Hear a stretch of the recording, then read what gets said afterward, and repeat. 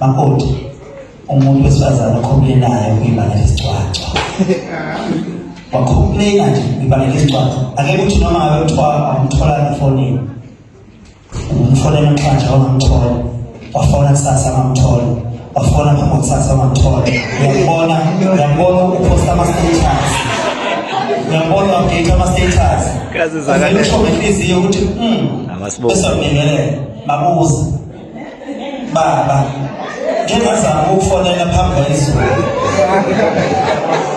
ngiyacabanga ukuthi ubaba uyibhizi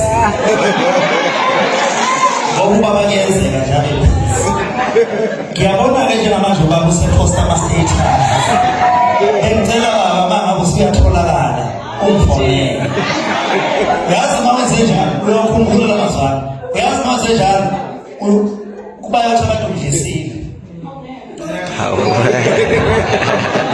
angithi ikhona nje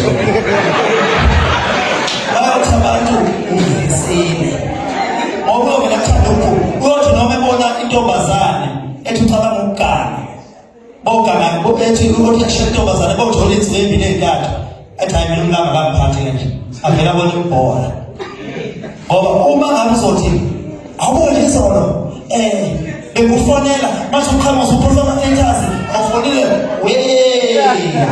uzibangela isicwathi lento wangazuyibone ukuthi noma usufona zothi kodwa usanasi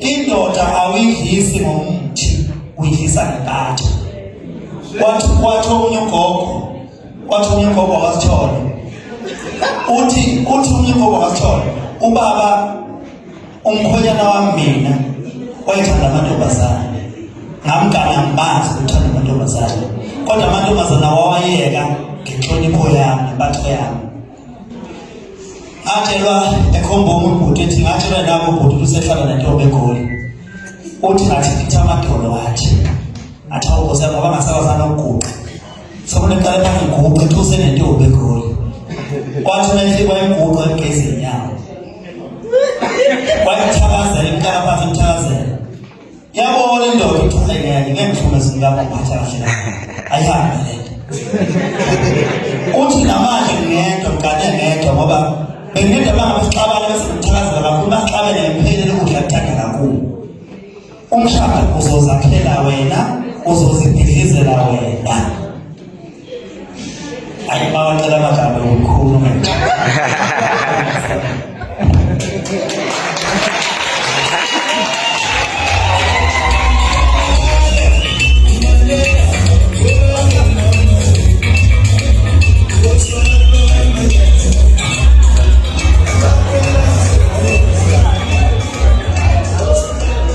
Ukukhuzana uMpungose uyala-ke abashadikazi noma-ke laba-ke abashadayo. So khumbula phela naye ukuthi uKhuzane umfo kaMpungose naye-ke usengunomzane naye usekwiBabaland. So naye welcome abanye kwiMamaland and Babaland.